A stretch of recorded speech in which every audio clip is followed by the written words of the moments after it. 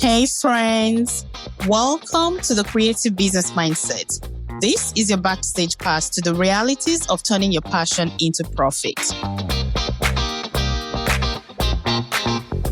My name is Joke. I'll be your host. I'm a busy mom of 3, navigating the twists and turns of life and business. You'll get the good, the bad, and the glorious mess of starting afraid, the determination to keep going no matter what. Everyone knows you for that one thing. You know what I'm talking about. It's the thing that comes so naturally to you that you're happy to do it for free. That was me until I made 6 figures in my first year as a homestager. I've made so many mistakes so you don't have to. If this Nigerian girl can do it, you, my friend, can do it too. Let's go. If you've ever flown on Delta Airlines, chances are you've had a bite of the delicious Bell cookie. Today, I am thrilled to talk to the lovely and brilliant Brooke Perez, whom, along with her husband Thomas, founded Bell's Cookie. Fasten your seatbelt as we talk all things business, love, life, and food. The sweet story of how this small bakery brand that began in the Seattle area took flight is just as delicious and heartwarming as the cookie itself. Brooke, welcome to the podcast. Thank you so much. What an introduction. Happy to be here. Wonderful. So let's start at the beginning. Your love for culinary, cooking, food took you all the way to Bogotá, Colombia. Walk us through that journey. So I was in school at the CIA, the Culinary Institute of America in New York, and really looking for what to do next. And I've always loved to travel. So my mentor was doing consulting down in Bogotá, and they needed boots on the ground to redo the pastry program at a large cafe. After flying down there, getting familiar, getting comfortable with being in Colombia as a young woman and how that was going to be, I decided yes to do it. So I was living in Bogotá. I met Tomas in Bogotá when he had a coffee company. And then we decided we actually opened a cafe. We moved from Bogotá to a little city called Santa Marta, where he grew up. And we opened a cafe in Santa Marta under his coffee company, and then came back here because I was homesick. And so I brought him back with me. And that's why, we've been here ever since. So I have had the privilege of being fed by you a few times, and your culinary skills, through your catering company. And I know that you have a totally different approach to catering and cooking. Your presentation is out of this world and the food is delicious. What makes your cookies, let's go back to the cookies, because what makes it stand out? Because starting a business is never easy, especially in the food industry, any industry. What were those early days like for you? So we started Bell's. Through both of them, kind of my philosophy is I believe people eat with their eyes first. Truly do. It has to look good for you to really have, your mouth start watering and want to crave it just by looking at it. You've had my food, and that's what I want. I want people to crave it just by looking at it. So that goes along with our cookies too, making sure that they look good while still being nostalgic and approachable and craveable, and hopefully much more craveable after you eat them and want them again. Okay, so we started during COVID, and our daughter was just about 1 at the time, and there was no business in catering anymore because people weren't gathering. And so we're like, how do we create something to bring people together, in hospitality when people can't gather?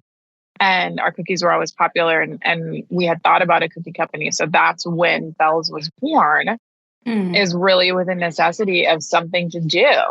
And it kind of grew from there. But it was Tomas had a full-time job, and I was baking cookies in the morning, and he would go out in the van and deliver them in the afternoon driving, and we would ship some. And it was a lot different than it looks now. There's actually a point in 2021 in the very, very beginning of 2021, where we said, okay, some events are coming back up again.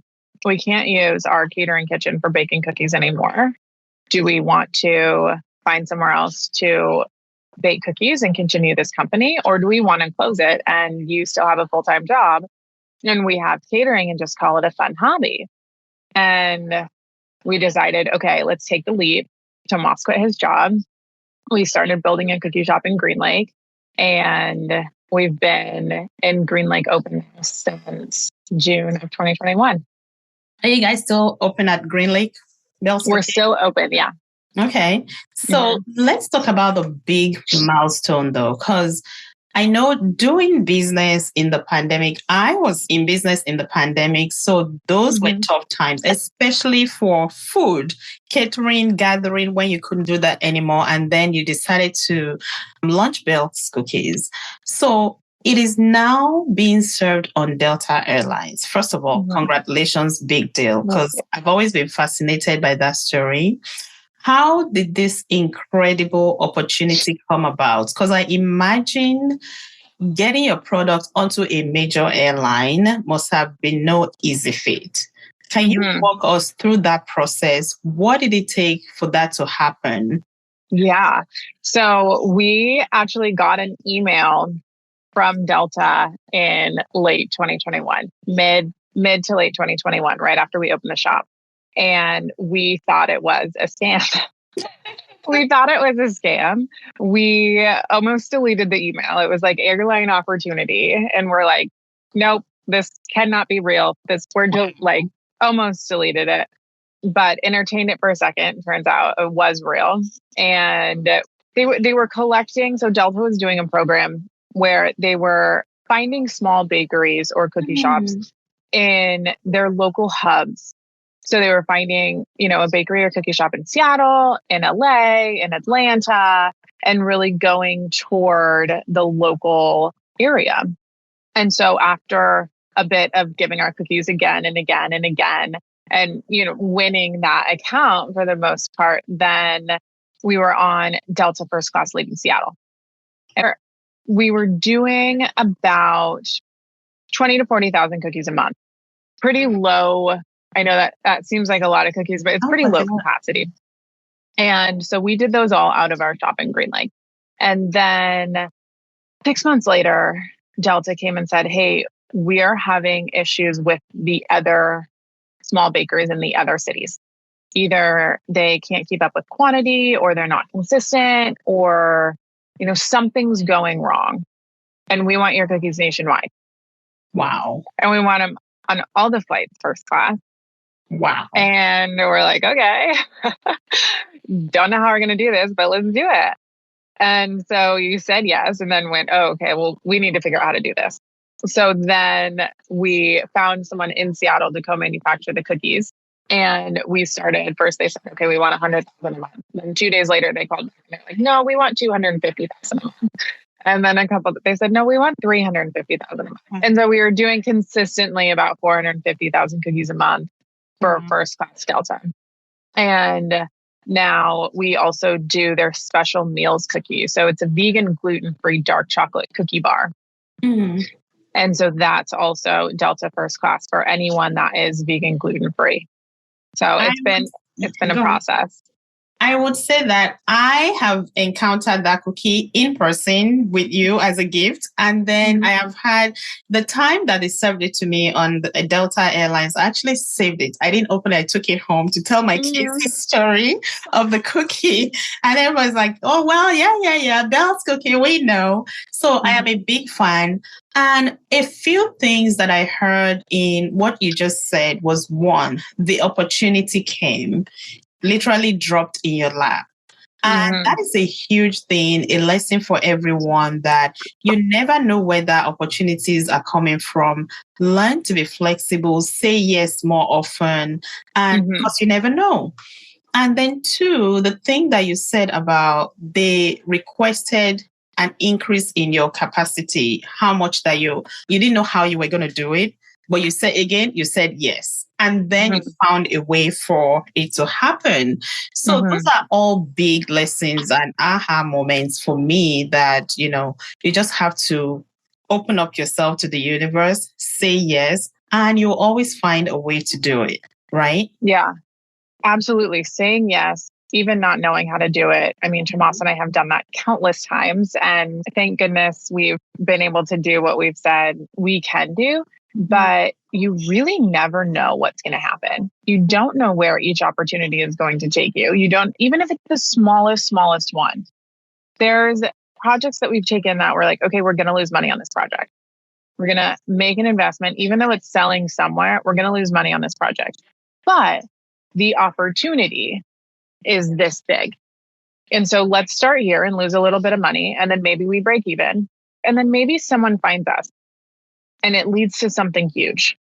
I mean, most of it is you hope that you're making the right decision and you never know until you make it. You really don't. You're flipping a coin most of the time and you just hope that you're right. And it's daunting and it's riskful. But I mean, the other side of it is not growing and staying stagnant. And it's like, what would you rather do? Try it and fail or not? I mean, we've all heard that a million times, but it really does go with, okay, see if you can do it, push yourself, get uncomfortable. Because if you don't, you are not going to grow as a person. Your business is not going to grow and it's not going to get any better in where you actually want to go. Yeah. Taking a bet on yourself and just saying yes. I'm a huge fan of that. I can imagine that, okay, this dropped in your lap. You didn't go looking for it. You didn't actually prepare for it. And then it came. Were there things that you had to now, I can imagine, maybe change your recipes, your packaging, specific airline standards? And what did you learn in that process and, grow yourself? Of course, because there will be a growth of you as a person that will now translate to the growth of the business. Can you tell us a little bit about that? Yeah, I mean, we grow a ton with each project, and Delta definitely, that first Delta project definitely taught us a lot. We had to change the recipe a little bit when you're making it from 20,000 cookies to 400,000 cookies and going through different machinery. You have to add, maybe 1% of butter or something to make it run through the machines easier, or, have it at a different speed when you're mixing. We had to create new labels. We have to, go with new different standards for nutrition facts, have QR codes. There's a lot of things that, each account has different things. We're in 30 countries now in duty free. Wow. And a Volta bought duty free. Almost any airport in Europe, in Spain, some of them in the Middle East, in Africa, they have a very different looking cookie, different package. It's in a tube. Like you would get like a whiskey bottle in a tube. It's in a tube, not quite as high as a whiskey bottle, but they're crunchy cookies. And that project was a huge learning experience. We have 8 different languages on the back of that package. 8 languages. It's like, who would have ever thought you need 8 languages on the back of the package by code? Well, you do. And you still can't sell in Canada because you don't have French on the front. Like every country has different regulations when it comes to packaging. We have a shop in Madrid. We have a storefront in Madrid. Wow. And I had to go over there and change the recipes because Madrid's at a higher elevation. So change the recipes for the elevation there. And then our Volta cookies, duty-free cookies, are made in Spain. So there's just so many different changes when you're looking at location. And you just have to keep growing through all the logistics, things you didn't even know that you needed. Now you have to go learn how to make it happen, and you're making it happen. I am flying out to London next week to see my family, and I will be looking out at the airport for the ones in the containers. That sounds really cute. Oh my God, please send me a video if I find it, I will send you a video. Yeah. Yeah. So you have been on the other end of making the cookies, or maybe directing the making of the cookies. When was your first encounter with your cookie on Delta Airlines or somewhere else that you didn't put it there and you just came in and it was in front of you? Do you remember when that was and how did it make you feel? I think I've had two moments like that stick out in my head where you're kind of like starstruck by seeing your cookie somewhere you didn't know it was. One of them was Halloween a couple years ago. And we were trick-or-treating with the kids in our neighborhood. And one of the houses was giving out Bell's cookies. And I was like just kind of like blown away. Like, I'm still speechless. I'm like, how did our cookies get, like, why would they pick Bell's cookies to give out to kids on Halloween, etc.? That was one of them. A second one is we sell to coffee shops here in Seattle. And I'm not the one who works with the coffee shops, who does the orders, anything like that. So I'm not really aware of where they're going or who actually has them. Mm-hmm. And I went to a coffee shop in Seattle and I didn't know they were there. It was a huge surprise. And so I walked up to the front and I was struck and surprised and just like, wow, those are our cookies. And this is somewhere that people go to get coffee. And what I really love is, yes, we're growing globally. And definitely the overall trajectory of the company is to expand globally and have a bigger presence and grow the value of the company, etc. What I also really love is to grow a local presence and to really be a part of the community. And it doesn't contradict growing globally and getting big. It doesn't have as big of a return, but it's much more fulfilling. And when you're able to make space for that in the company to do something that really fulfills you. And I mean, not only me, it fulfills Tomas too, but I'm from Seattle. So it fulfills me a little bit more to be able to, share it locally. And again, it doesn't sell 1 million more cookies a month. But does it bring people together in Seattle over cookies? Yes. Do you feel proud when you go to a grocery store and you buy another cookie from Seattle? Yes. Whatever. I mean, it doesn't have to be Bell's cookies, but you go to PCC and you buy another cookie or a product that's made in Seattle and you're like, yes, I love this. This is the small business I'm supporting in Seattle. And so it's also really great. One thing that I love is to be able to be in Seattle, see it places I didn't know they were, and then also be able to spread that community in Seattle. I love that. So just thinking about growth, business growth, coming from your small cookie brand to growing globally, you walked into a coffee shop and your cookie was there. You didn't even know how it got there. You do know that this is your client. Just thinking about that, it keeps reminding me, and this is a recurring thing, of if you're going to grow and go far, you need people. You can't do it by yourself. Yeah. So I have a team that supports you. How has that changed things for you? Because you also have a family and I am a mom as well. So I learned to build my business around my family life, not the other way around. Because that's another thing. When people quit their 9 to 5, it becomes another job that they create in their business.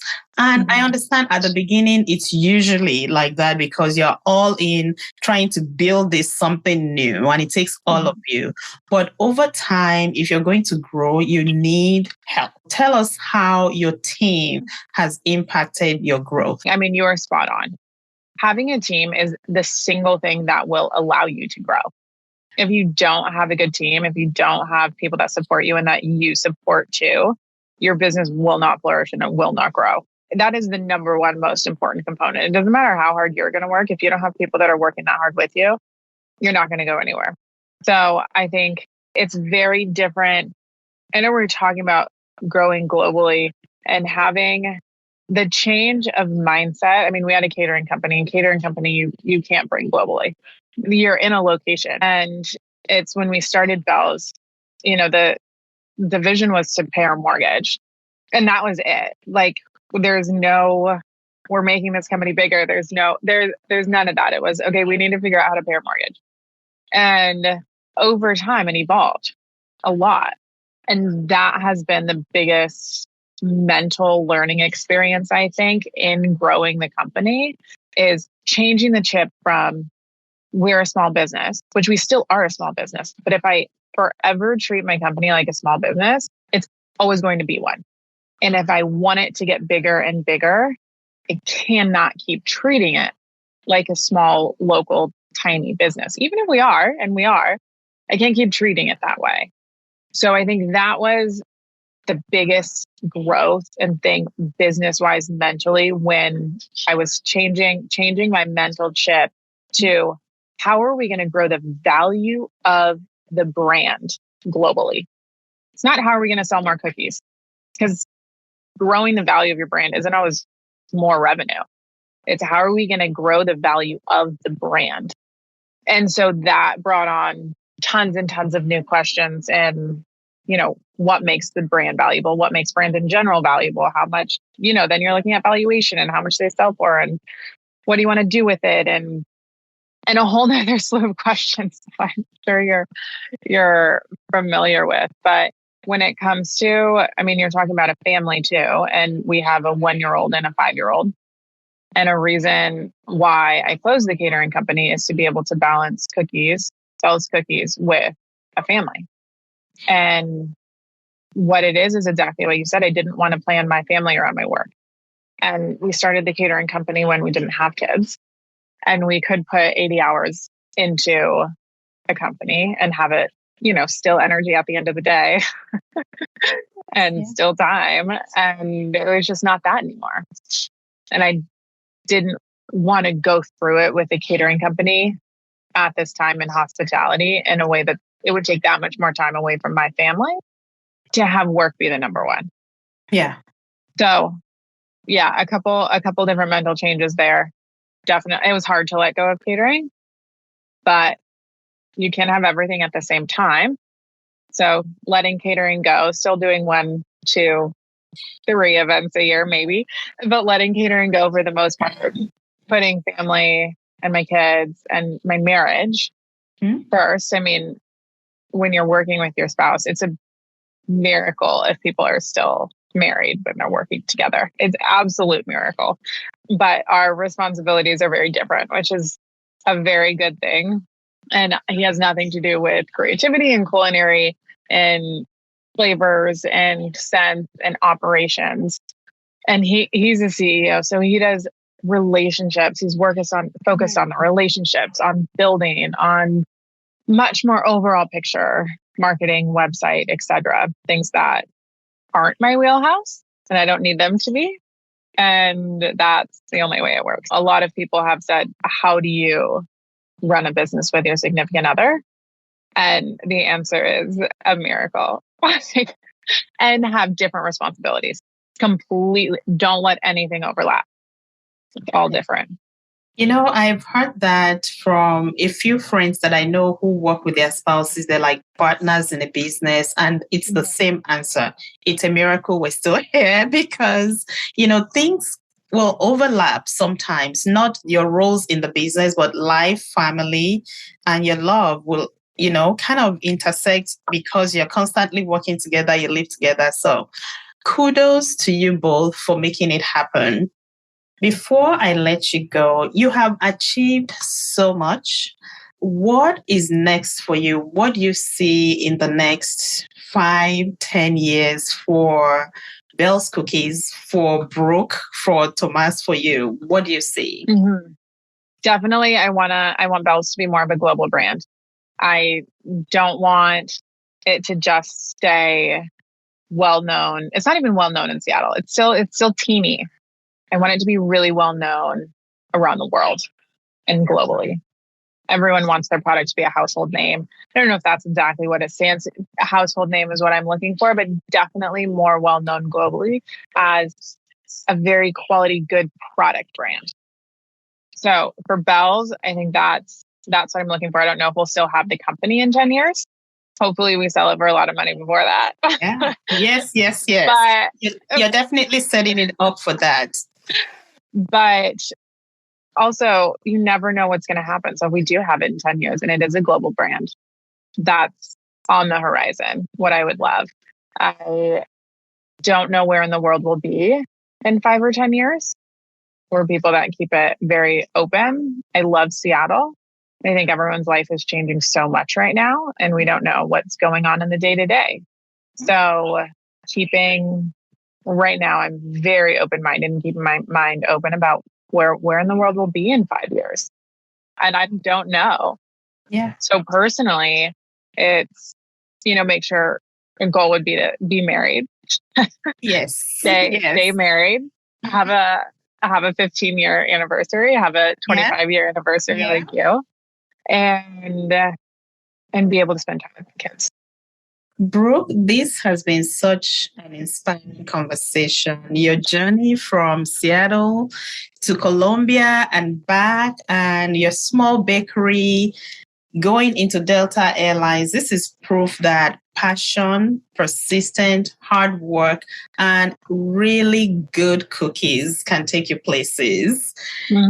And for everyone listening, if you've never tried Bell's Cookie yet, if you're in the Seattle area or anywhere, you ship around, you ship everywhere, right? Go to bellscookies.com to order some for yourself and visit them in Seattle. Or if you're flying Delta, keep an eye out. You might just be snacking on one of Brooke's famous cookies mid-flight. Until next time, keep chasing those dreams and one bite at a time. You've been listening to the Creative Business Mindset podcast. Remember to share, like, and subscribe. Thank you for listening and keep doing all the things. Until next time.